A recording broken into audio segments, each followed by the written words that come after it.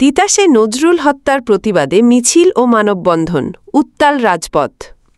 শ্রোতা বন্ধুরা, আজ আমরা নিয়ে এসেছি কুমিল্লার তিতাস উপজেলার সাহাবৃদ্ধি গ্রামে সংঘটিত এক হৃদয় বিতারক ঘটনার প্রতিবাদ সংবাদ।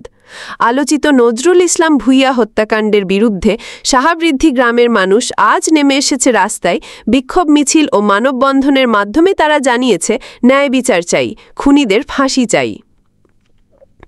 বুধবার ১৩ আগস্ট সকাল ১১টায় হোমনা গৌরীপুর সড়ক হয়ে শুরু হয় এই প্রতিবাদ কর্মসূচি। সাহাবৃদ্ধি গ্রাম থেকে বের হওয়া বিক্ষোভ মিছিল ছড়িয়ে পড়ে সড়কের বিভিন্ন অংশে। প্ল্যাকার্ড, ব্যানার আর জ্বলন্ত স্লোগানে মুখরিত হয়ে ওঠে পুরো এলাকা। নারী, পুরুষ, বৃদ্ধ, যুবক সবাই একত্রিত হয়ে দাবি জানায় যে এই হত্যাকাণ্ডে জড়িত আড়ালে থাকা মূল খুনিদেরও আইনের আওতায় আনতে হবে। তাদের ভাষ্যমতে শুধু গ্রেফতার হওয়া স্বামী স্ত্রীই নয়, পেছনে আরও পরিকল্পনাকারী রয়েছে যারা এখনও ধরাছোঁয়ার বাইরে।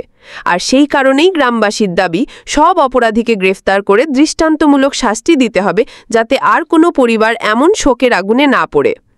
তিতাস থানার অফিসার ইনচার্জ মোহাম্মদ শহীদুল্লাহ ঘটনাস্থলে এসে বলেন, এটি একটি নৃশংস হত্যাকাণ্ড। সুষ্ঠু তদন্তের মাধ্যমে জড়িত সকলকে আইনের আওতায় আনা হবে, কোনো অপরাধীকে ছাড় দেওয়া হবে না। তিনি গ্রামবাসীকে তদন্ত কাজে সহায়তা করা আহ্বান জানান। বক্তারা আবেগে ভরা কণ্ঠে বলেন, নজরুল ছিলেন একজন পরিশ্রমী ও সৎ মানুষ।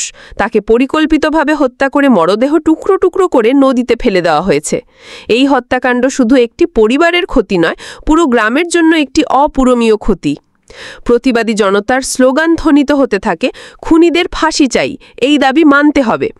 সাহাবৃদ্ধি গ্রামবাসী প্রমাণ করল, ন্যায় বিচারের জন্য তারা এক মঞ্চে এক কণ্ঠে ঐক্যবদ্ধ।